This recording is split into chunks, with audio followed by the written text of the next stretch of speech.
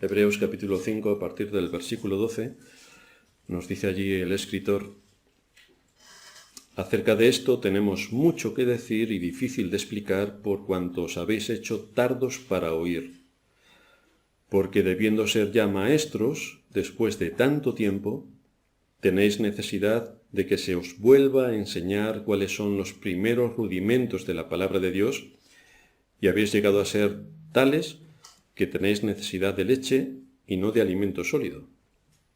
Y todo aquel que participa de la leche es inexperto en la palabra de justicia, porque es niño. Pero el alimento sólido es para los que han alcanzado madurez, para los que por el uso tienen los sentidos ejercitados en el discernimiento del bien y del mal. Por tanto, dejando ya los rudimentos de la doctrina de Cristo, vamos adelante a la perfección.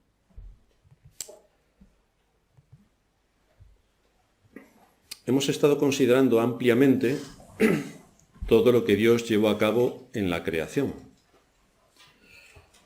Hemos visto la enseñanza que se nos muestra en el libro de Génesis y cómo se desprenden muchas e importantes doctrinas de este primer libro de la Biblia, libro al que la mayoría de los cristianos asumen y suponen que es un libro de relato simbólico, cuando resulta que es un libro de relato histórico. Ahí vemos cómo se manipula la palabra de Dios para hacerle decir otra cosa que lo que realmente la palabra de Dios está diciendo. En el libro de Génesis se nos da el fundamento que necesitamos para ir desgranando a lo largo de toda la Escritura el papel de Dios como creador, el papel de Dios como legislador, el papel de Dios como redentor, porque si no tenemos este fundamento, no sabemos a qué atenernos en cuanto a qué debemos pensar acerca de todas las cosas que ocurren en este mundo, acerca de todas las cosas que nos rodean, acerca del mundo en el que vivimos en cuanto a los movimientos sociales y de pensamiento. No tendríamos ninguna idea de qué pensar y qué estructura mental seguir para saber dónde están asentadas nuestras convicciones y cuáles son los fundamentos de los principios que debemos defender. Por causa de que Dios nos ha dejado su palabra revelada en este libro que llamamos las Sagradas Escrituras o también la Biblia, es por lo que llegamos a conocer a Dios cuando la estudiamos con ciencia y con inteligencia, no con superstición y con magia, sino con ciencia y con inteligencia, y vemos ahí cómo Él ha establecido todo lo que nosotros vamos a necesitar para nuestra vida sobre la tierra. Por esta razón hemos visto cómo Dios creó al ser humano. Dios creó al ser humano como hombre y como mujer. Parece absurdo que alguien cuestione este asunto que es más que obvio. Pero ya vemos que en nuestra generación, con el sectarismo de la ideología de género alimentado por la naturaleza corrupta del propio ser humano, esto que es más que evidente, es decir, que Dios crea al ser humano como hombre y como mujer, esto es más que evidente, resulta que no es evidente, según la generación en la que vivimos. Acaba de salir un documento en el que los niños a partir de 4 años pueden decidir en el colegio si van al baño de chicos o de chicas dependiendo de cómo se sientan. Claro que a esa edad es comprensible que se pregunten ese tema que les debe tener traumatizados. Yo cuando tenía 4 años también tenía un grave problema de conciencia. ¿A qué baño voy a ir?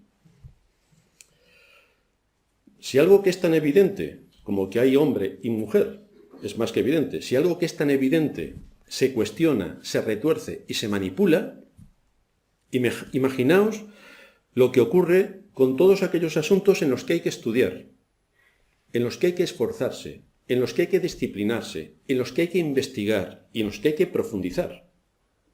Si lo evidente se cuestiona, lo otro ya sabemos a qué nos vemos abocados. De ahí que el mundo en el que vivimos nos muestre afirmaciones, nos exponga afirmaciones y se estudien afirmaciones tales como la que produce la filosofía especulativa que argumenta que venimos del mono. Pero esto es filosofía especulativa, no es ciencia, es filosofía especulativa. Por eso es la teoría de la evolución. O que el mundo se creó por azar o casualidad.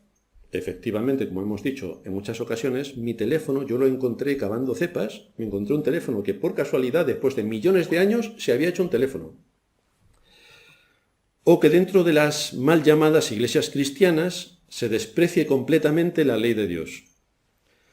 Se cuestione la propia autoridad de las Escrituras, cuando el libro de Génesis se borra de un plumazo con toda la enseñanza que contiene. Y por supuesto se derribe a Dios de su trono, porque soy yo quien elige ser salvo, no Dios y su propósito eterno, no, yo, un miserable mortal e indigno pecador. Así que para ilustrarnos con el peligro que en cada época ha afectado a los verdaderos creyentes y qué es lo que tenemos que tener en cuenta para defender la fe, vamos a estudiar este texto que hemos leído de Hebreos, donde encontramos a los creyentes de aquella generación luchando contra la moda de su época.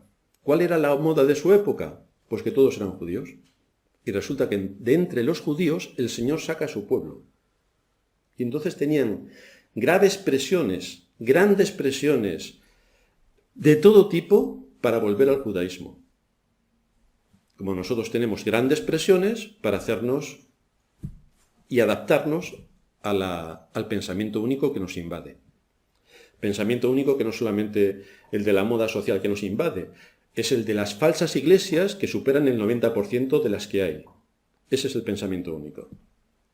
Así que, en el caso de aquellos hermanos tenían grandes presiones para volver al judaísmo después de haber sido llamados a la salvación, y en nuestro caso es volver al paganismo, al sectarismo, al oscurantismo, al pensamiento único de la época en la que nos ha tocado vivir. Así que vamos a exponer el pasaje que se encuentra aquí en Hebreos capítulo 5, a partir del versículo 11. El autor de la epístola empieza diciendo: acerca de esto tenemos mucho que decir. Está refiriéndose a todo lo que ha venido exponiendo anteriormente acerca del Señor Jesucristo como sumo sacerdote. Sumo sacerdote. Esto dentro del judaísmo les trastocaba completamente. Sin embargo, el escritor, por inspiración divina, ve necesario detenerse para no seguir hablando de Cristo como el sumo sacerdote con todo lo que esto implica, sobre todo para la mente de un judío. No va a seguir abundando sobre este tema, sino que añade, y es difícil de explicar, no que le era difícil entender esta doctrina acerca del sumo sacerdocio de Cristo, que era de vital importancia, y que por eso entonces no la podía explicar. Tampoco que era un tema demasiado profundo, y por eso él decide no detenerse a hablar de esto, sino pasar a otra cosa. No, porque luego toma más adelante todo lo que tiene que ver con Cristo como sumo sacerdote. Más bien, como él mismo les dice, el problema estaba en los que iban a recibir esta carta. ¿Cómo iban a escuchar esta carta? La iglesia sentada, se leía la carta, ¿cómo iba a recibir la enseñanza de esta carta? Y le está el escritor la razón de su inquietud. Es difícil de explicar porque os habéis hecho tardos para oír. Está hablándole a una iglesia. Sentados como nosotros, llega la carta y la carta se lee a la iglesia. Había un problema espiritual en aquellos hermanos. Y el autor lo dice sin ningún rodeo. Os habéis hecho tardos para oír. Tardos para oír. ¿Qué es ser tardos para oír? En este contexto conlleva la idea de estar en una condición espiritual tal en la que se escucha la palabra, pero sin prestar atención. Es decir, anda, ya ha terminado el sermón. ¿De qué ha hablado? Bueno, he estado viajando por un viaje que hice la semana pasada, luego tengo en el trabajo un montón de problemas, uy, cómo me duele el pie, fíjate, la hermana de delante lleva mal puesto el moño. Anda, las gafas son nuevas las que lleva esta hermana. Entonces uno se entretiene con 1000 cosas, ha terminado el sermón y uno no se ha dado cuenta de lo que ha aprendido, porque no ha aprendido nada, evidentemente. Así que estos hermanos se sentaban en la iglesia, les era predicado el Evangelio, pero no prestaban atención. Eso es tardos de oír. No había interés en lo que se estaba diciendo, porque, como piensan los jóvenes y muchos mayores, vaya rollo que nos van a soltar hoy también.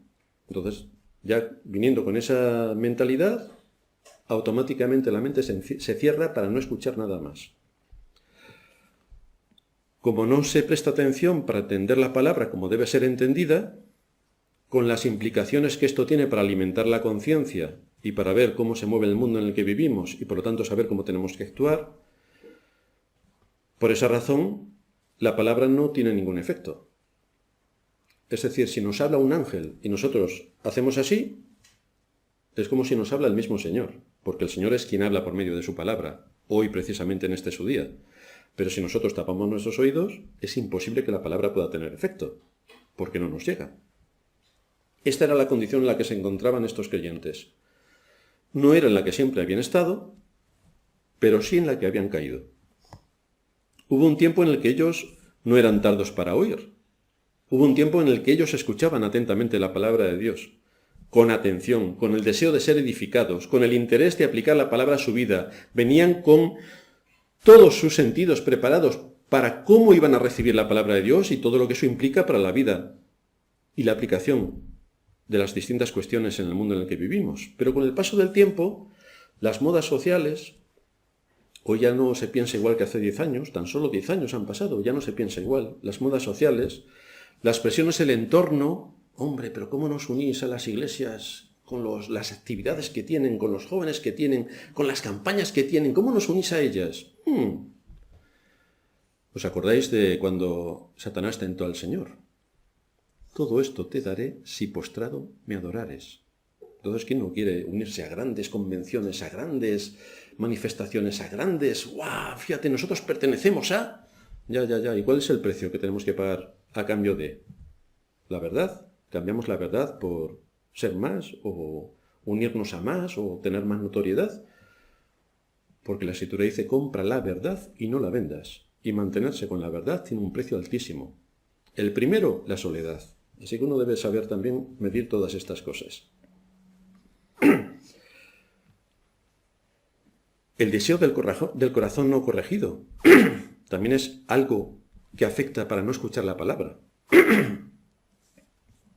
Todas estas cosas, las modas sociales, las presiones del entorno, la comodidad para no hacer nada, no sea que me canse, el deseo del corazón no corregido, todo esto había traído como consecuencia el que la palabra ya no ocupaba su lugar principal, por lo cual ya no se atendía a la palabra. Es curioso que el término que se utiliza aquí en el capítulo 5, versículo 11, que se traduce como tardos, os habéis hecho tardos para oír, la misma palabra se traduce en el capítulo 6, versículo 12, como perezoso. Os habéis hecho perezosos para oír. Perezosos. Con lo bien que está uno sin hacer nada. ¿Para qué vamos a hacer algo? Con lo bien que se está sin hacer nada. Perezosos. Por lo tanto, el apóstol está diciendo, a fin de que no os hagáis perezosos, sino imitadores de aquellos que por la fe y la paciencia heredaron las promesas. Hay que hacer cosas. Esto nos evidencia que estos creyentes habían caído en esta condición por su pereza espiritual, por su pereza. Hay muchas cosas que se nos predican domingo tras domingo y hay cosas que nosotros tenemos que hacer de acuerdo a lo que estamos aprendiendo. El asunto es que si no hacemos aquello que estamos aprendiendo, es que somos unos perezosos. Y a lo que nos lleva la pereza es a que cada vez la palabra de Dios nos afecta menos. Porque la palabra de Dios nos va instruyendo, nos va marcando el camino, nos va marcando la disciplina, nos va marcando las metas, y si nosotros estamos tranquilos, es de una pereza colosal. Por lo tanto, no estamos avanzando en aquello que deberíamos avanzar. El asunto es que estas personas habían llegado a tal nivel para cerrar sus oídos sin querer, pero sencillamente como la Biblia me va demandando cada vez más cosas y cuando más conocimiento tengo, más cosas tengo que hacer, pero esto pasa en cualquier trabajo. Pregúntale a nuestros ingenieros informáticos si ellos dicen, ¿para qué voy a aprender más? Bueno, el año que viene están en la calle, porque con toda la evolución que lleva esta tecnología, se han quedado atrasados, fuera. Pregunta a cualquier profesión si ellos no avanzan en todas las mejoras que se están haciendo. Se quedan completamente desfasados, fuera. Pero esto también lo tenemos en las Escrituras. Aquí tenemos las fuentes, con lo cual continuamente vamos a ir progresando, prosperando y alimentando el conocimiento y el espíritu por todo lo que Dios nos ha revelado. De manera que si no nos vamos actualizando, no vamos superando cada vez más todo lo que las Escrituras nos están exponiendo, nos quedamos también fuera. No perderemos la salvación, pero perderemos el gozo. Perderemos la estabilidad. perderemos un espíritu de contentamiento, perderemos nuestro crecimiento en la fe, nos quedaremos débiles. Y entonces, quedándonos débiles, y con todo lo demás que he comentado, ¿cómo vamos a afrontar las dificultades de la vida? ¿Cómo vamos a asumir la voluntad de Dios? Si no es con queja, si no es con pena de nosotros mismos y arrastrándonos por el suelo. A esto es a lo que nos lleva la pereza para no entender y aplicar las doctrinas de las Escrituras. Aquí el apóstol da la razón a estos hermanos de cuál era la situación en la que estaban. Os habéis hecho perezosos. Y dice en el versículo 12, porque debiendo ser ya maestros después de tanto tiempo, que lleváis muchos años en la iglesia, tenéis necesidad de que se os vuelva a enseñar cuáles son los primeros rudimentos de las palabras de Dios, y habéis llegado a ser tales que tenéis necesidad de leche y no de alimento sólido.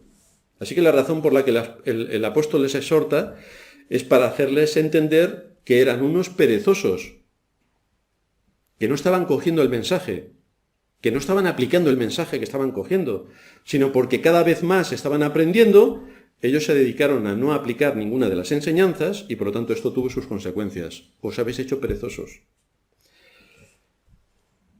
Si resumiéramos las palabras de este versículo 12, cuando les dice que debiendo ser ya maestros, tenéis necesidad de que se os vuelva a enseñar los primeros rudimentos de la fe cristiana, encontraríamos en esencia tres cosas. La primera, que llevaban demasiado tiempo en la fe, por lo que debían ser ya maduros. Deberían aplicar la sabiduría y el discernimiento en su vida, conociendo a Dios y por tanto dejándose guiar por Dios, sin quejarse, sin amargarse, y por lo tanto podrían ser de ayuda a otros. Debíais ser ya maestros. En segundo lugar, que en vez de ser de ayuda a otros, estaban siendo inútiles. ¿A qué le lleva a alguien perezoso? Es un inútil. ¿En qué te ayuda un perezoso en tu casa? Tú eres su siervo. El perezoso ni se mueve. Necesitaban que se les volviera a enseñar el ABC del Evangelio. Otra vez vamos a empezar.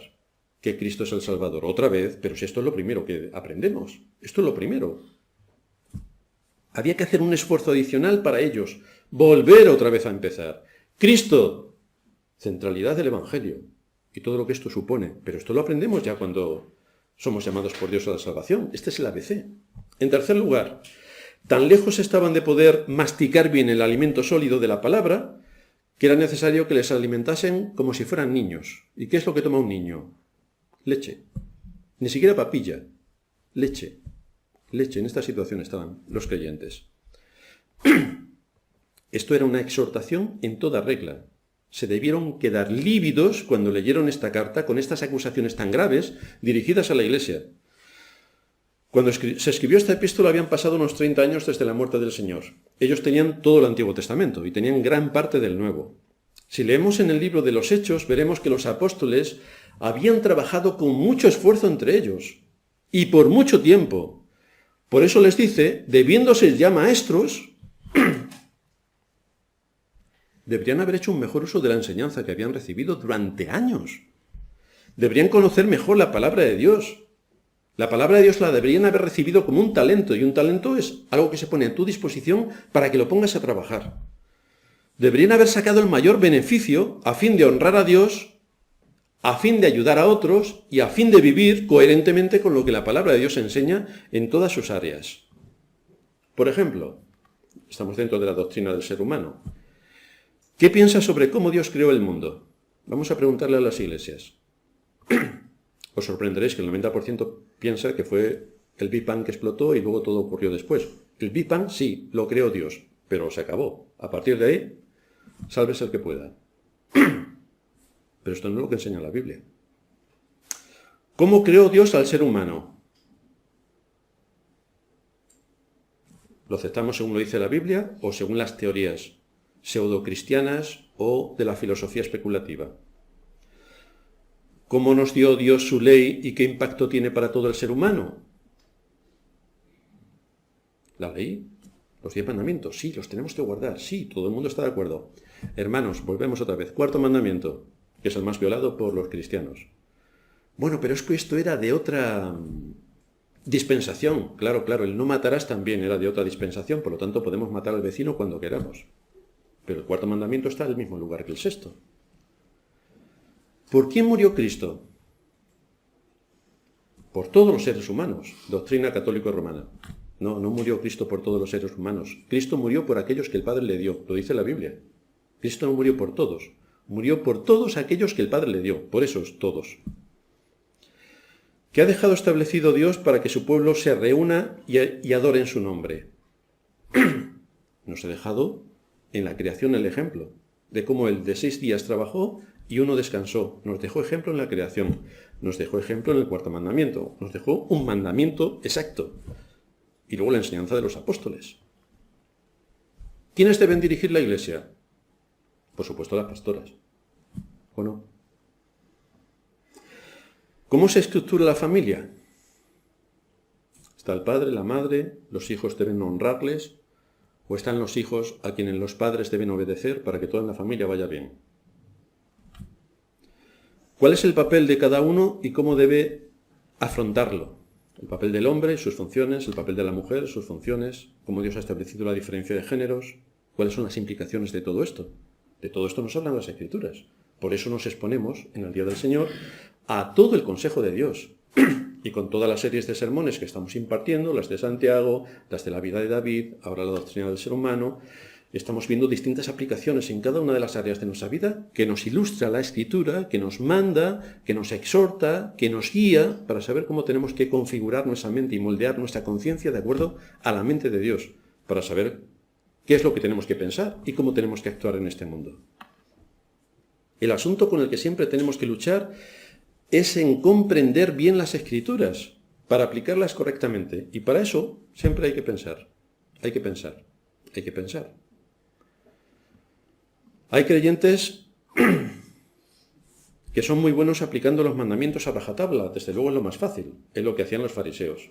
Acordaos de aquel joven rico que llegó al Señor y le dijo: Maestro bueno, he cumplido todos los mandamientos. ¿Qué más tengo que hacer para ir al cielo? Es decir, voy sobrado. A lo mejor se te ocurre algo. Entonces los mandamientos los cumplía a la perfección según él. El asunto es que una cosa es cumplir los mandamientos a rajatabla, cosa que es imposible si uno se para realmente a analizarlos, y otra cosa es cumplir los principios que se emanan de los mandamientos, porque eso sí que tiene sus matices. Por ejemplo, dice el Señor en Mateo 5:21, oísteis que fue dicho a los antiguos, no matarás, y cualquiera que matare sea culpable de juicio. No matarás, el sexto mandamiento.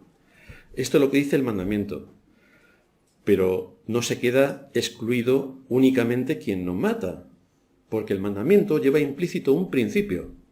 Dice el Señor en Mateo 5:22, pero yo os digo que cualquiera que se enoje contra su hermano es culpable de juicio, y cualquiera que le diga necio será culpable ante el concilio, y cualquiera que le diga fatuo quedará expuesto al infierno de fuego. Por lo tanto, el mandamiento de no matarás deriva en un principio. Tenemos que tener en cuenta los mandamientos, pero debemos tener en cuenta los principios, que están al mismo nivel. ¿Cuáles son los principios que se derivan de los mandamientos y que afectan a toda la vida? Teniendo los principios asentados, nosotros podemos vivir en esta vida honestamente, pero hay que asegurarse los principios. No venimos a la iglesia solamente porque es el día del Señor y entonces es un mandato y lo tenemos que hacer porque sí. Entonces, otra vez domingo. No. Tenemos que venir aplicando el principio, con un corazón dispuesto, con un alma entregada, con la disposición de aprender, con el deseo de honrar a Dios mediante nuestras alabanzas, con todos nuestros sentidos puestos en escuchar la palabra de Dios para ver qué nos va a decir hoy, donde podemos alimentar nuestro espíritu. Esto es lo que hace aquí el autor a los Hebreos. Cuando él les dice que debían ser ya maestros, con toda la enseñanza que habían recibido, quiere que vean que esto es algo de lo que ellos eran responsables. Tú estás siendo expuesto cada domingo a la palabra de Dios. Tienes la responsabilidad en tu casa de estudiar la palabra de Dios. Hoy te la damos masticada, luego en tu casa tienes que írtela trabajando. ¿Estás meditando en lo que hoy estás recibiendo? Durante la semana meditas en lo que hoy has recibido. Vuelves a meditar. Meditar viene de una terminología que se utiliza en los animales herbívoros, que es rumiar. ¿Qué hacen los animales herbívoros? Pues comen un montón de pasto se lo medio tragan y después lo vuelven a regurgitar y empiezan a rumiar, y les dura, no te quiero ni contar. Pues eso es lo que es meditar. Adquirimos todo el conocimiento, venimos aquí con nuestras mentes y nuestros sentidos abiertos para que Dios nos hable, pero luego tenemos que meditar en todo lo que hemos escuchado y luego cómo se aplica cada una de estas cosas en las áreas de nuestra vida. Si tú olvidas que es la palabra de Dios la que tiene que moldear tu conciencia, si tú olvidas que es la palabra de Dios a la que tienes que someterte, si tú olvidas que ella es la única autoridad, y esto no es lo que piensan la mayoría de las iglesias, dicen que sí que es la única autoridad, pero luego cuando se ponen a abrir las Escrituras, más que abrirlas, las cierran. La Biblia es la máxima autoridad a la cual debemos exponernos y a la cual debemos estar atentos para recibir el mensaje de la palabra de Dios. Ella te dice quién es Dios como soberano. Ella te dice y te enseña cómo actúa Dios en su obra de la creación, como legislador, como redentor. Ella te dice cómo actúa Dios en su obra de la providencia. Ella te muestra todo lo que necesitas saber para que el mundo en el que vivimos no te engañe, porque intentará por todos los medios engañarte. Ella te muestra cómo debes tomar los principios para aplicarlos con precisión en tu vida. Ella te guía para tener un espíritu de contentamiento en medio de las dificultades. Ella te da promesas. Ella te da esperanza. Todo lo tenemos en la Biblia, pero hay que estudiarla, y hay que estudiarla con ciencia y con inteligencia. Por todo lo que extraemos de las Escrituras, si atendemos con un corazón enseñable delante de Dios, el Señor nos bendice. De hecho, este día, Dios prometió en este día su bendición. Santificó Dios el día de reposo, lo santificó y lo bendijo. Hoy es el día donde tenemos una enorme bendición al recibir la palabra de Dios. Pero si no atiendes con el propósito de aplicarla en cosas concretas de tu vida, si no detectas en el sermón qué cosas van para ti, porque todas van para el de al lado, claro, si no detectas qué cosas van para ti, si no corriges nada, y si vienes el domingo que viene sin haber pensado ni un minuto en el sermón de la semana pasada, y por lo tanto no has detectado qué cosas tienes que corregir en tu vida, y por lo tanto no las has corregido, y por lo tanto sigues igual, ¿en qué situación estamos?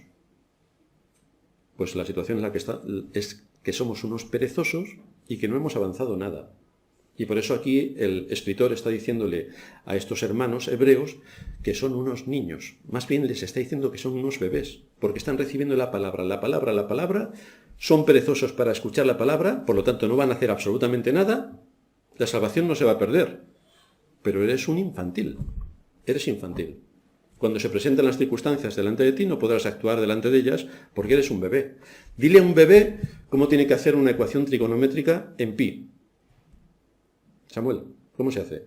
Dile a un bebé que lo haga. Dile a un bebé, Martín, que hoy cargue todos los sermones en la web. ¿Qué hará el bebé?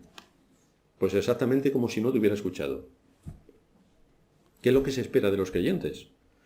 Que asuman, que absorban, que crezcan en la doctrina y en la palabra de Dios, que mediten en ella y que luego vean en esta semana cuáles son mis metas para lograr de acuerdo a lo que he aprendido en el sermón del domingo. ¿Cuáles son mis metas en esta semana? ¿Qué cosas tengo que tener en cuenta? ¿Cómo las voy a tratar? Y así como me puedo ir edificando. Vosotros veis que con toda la tecnología que tenemos, hace 10 años, si hubiéramos dicho, queridos hermanos, esta semana os enviaré un WhatsApp, hace 10 años solamente, ¿vosotros qué cara hubierais puesto? Este hombre es un marciano. Claro, yo también lo hubiera pensado porque estaba hablando de cosas que no entendía. Pero vamos adquiriendo conocimiento y ya somos diestros en el uso de las tecnologías. Porque vamos asumiendo toda la evolución tecnológica que hay. Hermanos, ¿por qué esto mismo no lo hacemos con las Escrituras? Que cada domingo se nos enseñan cosas nuevas. ¿Por qué no vamos aplicando la tecnología de la Escritura a nuestra mente para ir siendo edificados en la verdad y que así podamos ir prosperando? ¿Por qué las cosas que se nos enseñan se quedan arrinconadas como que esto pertenece al mundo espiritual y no tiene nada que ver con mi vida diaria? No tiene nada que ver con mi esposo, ni con mi esposa, ni con mi hija, ni con mi trabajo, ni con el gobierno, ni con mi iglesia. No tiene nada que ver con nada. Por eso se queda allí arrinconado. Increíble. Pero si la palabra de Dios es para hoy, es para ahora, es para mi vida y es para las cosas que tengo que hacer continuamente. Para cómo hablo, cómo pienso, cómo me dirijo a los demás, cómo es mi trato con mis familiares, cómo es el trato con mis hermanos, cómo es el trato con el gobierno, cómo es el trato en sociedad, cómo es mi trabajo. Afecta a todo. Nada hay que se quede fuera de lo que las Escrituras nos enseñan. Si te expones a la enseñanza, pero no apliques la enseñanza en tu vida cada día, es imposible que crezcas espiritualmente. El domingo habla el Señor por boca de los predicadores. Tú te expones a la predicación. Si tú no coges la enseñanza y la aplicas, es imposible que crezcas. Imposible. Es como si te ponen un gran manjar, tú lo ves y te vas a tu casa, y mañana haces lo mismo, y pasado haces lo mismo, y al otro haces lo mismo. Espérate 3 meses así y verás dónde estás. Como esto es así, ahora viene lo siguiente. Como uno no toma los principios para sentarlos en su conciencia, para ver en qué áreas tiene que trabajar durante la semana y cómo puede ir prosperando en aquellas cosas que el mensaje me ha enseñado, ahora viene lo siguiente. ¿Cómo se enfrentan las pruebas? Silencio absoluto. ¿Cómo puedes soportar las tentaciones? Si tú no coges la palabra, te nutres de ella y la aplicas, ¿cómo soportas las tentaciones? ¿Cómo puedes mantener un espíritu de contentamiento cuando las cosas no vienen de acuerdo a lo que lógicamente deberían venir? ¿Cómo puedes descansar en Dios cuando las cosas no van como tú habías imaginado? ¿Cómo vas a afrontar situaciones de gran dolor? Y a todos nos llegan. ¿Cómo vas a defender la fe en un mundo hostil? Los principios, los valores, los distintivos cristianos, ¿cómo los vas a defender? ¿Cómo no te vas a dejar llevar por la corriente y moda de pensamiento? Si no tomas la enseñanza para ti y para aplicarla en casos concretos, seguirás siendo un bebé. No te puedes enfrentar a nada. Y cualquier cosa que ocurra, ¡ay, qué dolor! Sí, solamente te he rozado. Si tú escuchas los relatos y enseñanzas bíblicas sobre nuestros antepasados en la fe, estamos estudiando la vida de David, las grandes batallas, las frustraciones, las controversias internas, el dolor de su corazón. Si escuchas los relatos y enseñanzas bíblicos sobre nuestros antepasados en la fe y lo ves apropiado para ellos, qué bien que el Señor le disciplinó, qué bien que el Señor le sometió, qué bien que el Señor le hizo llegar a los amalecitas y arrasaron su población, se llevaron a sus mujeres, y así David se dio cuenta de su pecado. Si ves solamente el pecado de David, pero no ves el tuyo, ni cómo Dios en su providencia está tratando con tu situación, es que eres un bebé. Por eso no te das cuenta. Como un bebé no se da cuenta de que hoy hay que hacer cosas. Si no alcanzas a ver ni a entender cómo Dios actúa a través de la providencia en tu caso particular, cómo en tu caso hay providencias cada día, pero tú no llegas a verlas ni a conectarlas con las Escrituras, es que eres un bebé.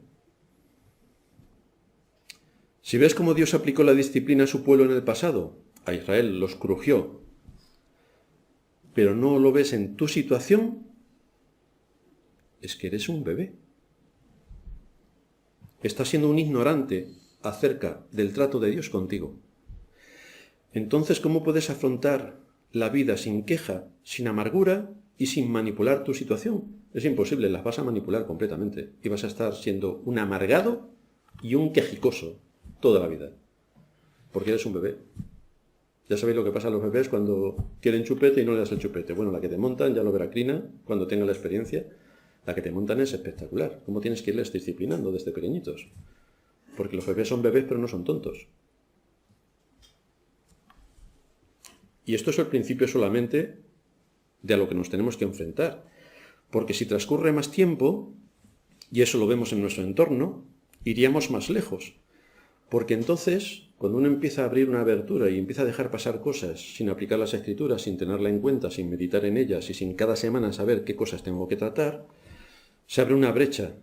Y con el paso del tiempo ocurre, como les ha ocurrido al 90% de las iglesias de nuestra generación y al 90% del pueblo de Israel en generaciones pasadas. Entonces, el que Dios crease el mundo en 6 días, ya la iglesia tiene asumido que no fueron 6 días, ¿no? Fueron 6 épocas. Y luego fueron 6 periodos evolutivos. Eso es lo que piensa la iglesia cristiana. Cristiana. Pero esto es lo que piensa la filosofía especulativa del mundo en el que vivimos. Sí, y la Iglesia cristiana también. Así que abrimos una brecha y la brecha se empieza a expandir. Por lo tanto, cuando Dios dice que creó el mundo en 6 días, cuando el cuarto mandamiento nos dice, acuérdate del día de reposo para santificarlo, porque en 6 días, no dice en 6 épocas, ni en 6 periodos evolutivos, está haciendo una narración histórica fidedigna. En 6 días Dios creó, que Dios crea así, no hace falta periodos evolutivos. Decimos que Dios crea porque de la nada trae a la existencia lo que vemos. Por la fe entendemos haber sido constituido el universo por la palabra de Dios, de manera que lo que se ve fue hecho de lo que no se veía. Por lo tanto, hay signos distintivos cristianos que los debemos mantener en contra de la filosofía especulativa de nuestro tiempo. El que sea el hombre quien elige a Dios, se acepta ya. Pero esto no es lo que predicaron nuestros antepasados en la fe. Pero el 90% de las iglesias lo acepta. Es el hombre quien elige a Dios. El que haya mujeres pastoras, esto no es lo que enseña la Escritura. Pero se acepta porque el 90% de las iglesias lo hacen. El que haya todos, todas y todes en la iglesia es mostrar amor hacia los todes. Entonces también se empezará a aceptar sin ningún problema. Ya hay iglesias que tienen todes, todes y todes. Pero hermanos, esto no ocurre de la noche a la mañana. Esto no llega a una iglesia de un día para otro y dice, anda, ahora somos todes. Ni llega a la iglesia de un día para otro y dice, anda, pues creemos ahora que el mundo se creó en 6 épocas evolutivas. No, esto no ocurre de la noche a la mañana. Ocurre una gota, una gota, una gota, una gota. Y sabéis que gota a gota se parte una piedra. Con solo una gota. El problema es si dejamos pasar la gota. Entonces estamos muertos. Cuando no se aplican principios cada semana, principios, no digo mandamientos, que también, digo los principios, lo que se extrae del mandamiento. Cuando no se aplican principios, provoca que se abra una brecha por donde entra el agua poco a poco. A medida que pasa el tiempo y pasa el tiempo y pasa el tiempo, la brecha se va abriendo más, hasta que al final todo está inundado. Y cuando todo está inundado, ponte a ir en contra de todo, que es la situación en la que estamos. Por eso las iglesias reformadas, que somos serias, estamos en contra no solamente de la moda social del mundo en el que vivimos, sino del 90% de las iglesias que se llaman cristianas, a quien consideramos falsas de toda falsedad. Así que si no queremos ser como la inmensa mayoría de la cristiandad que creen que van por el camino al cielo, cuando realmente van camino al infierno, tenemos que escuchar con atención lo que nos dice la palabra de Dios. Tenemos que atender, cuando venimos cada domingo, a lo que se nos predica. Tenemos que usar libros de nuestros antepasados en la fe que nos van formando en el conocimiento y nos hacen crecer en la gracia de Dios. Tenemos que atender las exhortaciones que desde las Escrituras se nos dirigen para corregir nuestro camino. Por eso el apóstol sigue diciendo, y tenéis necesidad de que se os vuelva a enseñar cuáles son los primeros rudimentos de las palabras de Dios. Así que como podemos ver, la pereza espiritual, el no aplicar con rigor en nuestra vida los principios, no los mandamientos solamente, sino los principios, no solamente impide el crecimiento en gracia y en el temor de Dios, sino que también implica un retroceso. Porque si no avanzamos, retrocedemos. Si tú no comes, ¿qué pasa? Alguien puede decir, hombre, si no como no engordo. No, no, no. Si no comes, adelgazas. Sí, probadlo. 2 meses sin comer. Veréis qué figura más estilista tenemos. Entonces, si no comes, adelgazas. Si tú no te nutres de la palabra de Dios, no es que te mantengas en la fe. No. Es que decreces en la fe. Es que ya no puedes afrontar las pruebas. Es que cuando te pregunten, ¿cuáles son los 10 mandamientos? El primero, amarás a Dios sobre todas las cosas. Muy bien, vale. Vamos a pasar a otra enseñanza, porque es que no sabemos ni los 10 mandamientos. Por eso el apóstol Pedro nos dice una exhortación. Vosotros también, poniendo toda diligencia, prestando toda atención, con el máximo esfuerzo, añadid a vuestra fe, la fe que es un don de Dios que Dios nos da por su soberana gracia, añadid a vuestra fe virtud. ¿Qué quiere decir con virtud? Pues todas aquellas cosas donde tenemos que desarrollar nuestras capacidades para avanzar. Tenemos que esforzarnos en avanzar con las capacidades que Dios nos ha dado. Y en la virtud, ¿qué hay que añadir a la virtud? Conocimiento. ¿Tú cómo vas a hacer algo si no conoces lo que hay que hacer? Y el conocimiento lo encontramos en la palabra de Dios. Al conocimiento, dominio propio. Es decir, no te exaltes por un lado o por otro. Mantén el control de tu carácter. Al dominio propio, paciencia. A la paciencia, piedad. A la piedad, afecto fraternal. Y al afecto fraternal, amor. Con lo cual aquí tenemos la fórmula mágica para saber cómo tenemos que conducirnos en este mundo. Dice también Pedro, porque si estas cosas están en vosotros y abundan, no os dejarán estar ociosos. Recordáis que el apóstol que escribe a los hebreos les está acusando de perezosos. Y el apóstol Pedro nos dice que si nosotros estamos trabajando en aquellas cosas que convienen a los creyentes y estamos esforzándonos en ellas y estamos asimilando la palabra de Dios y estamos poniéndola a trabajar, esto no os dejará estar ociosos ni sin fruto en cuanto al conocimiento de nuestro Señor Jesucristo. Pero, añade también Pedro, pero el que no tiene estas cosas tiene la vista muy corta, es ciego. Por lo tanto, tenemos una exhortación severa que nos hace la Escritura. No podemos pensar como el mundo de nuestros días piensa. Tenemos signos distintivos cristianos que tenemos que asumir, de los cuales estamos convencidos porque Dios en su palabra nos lo está mostrando. Las predicaciones se hacen para que nos alimentemos, para que podamos crecer en fe, para que podamos crecer en conocimiento, para que podamos crecer en gracia y para que de esta manera, asumiendo todo lo que Dios nos da en su palabra de los signos distintivos que definen a los cristianos, en todo lo que tiene que ver con la ideología de género, con la moda única de pensamiento, en cómo educar a nuestros hijos, en cómo tratar a nuestros semejantes, para que todo esto lo vayamos asimilando y podamos cumplir con lo que Dios espera de nosotros en este mundo, que es ser luz. Nosotros hemos recibido la salvación. ¿Y ahora? ¿A dónde tiene que ir la salvación? Nosotros no vamos a cambiar el mundo, pero el lugar donde estemos lo podemos cambiar, si aplicamos con rigor los principios de las Escrituras y si somos de testimonio aplicando no solamente los mandamientos, sino los principios en aquellas decisiones o aquellas actuaciones que tengamos que tomar en el mundo en el que estamos. Vamos a terminar en oración.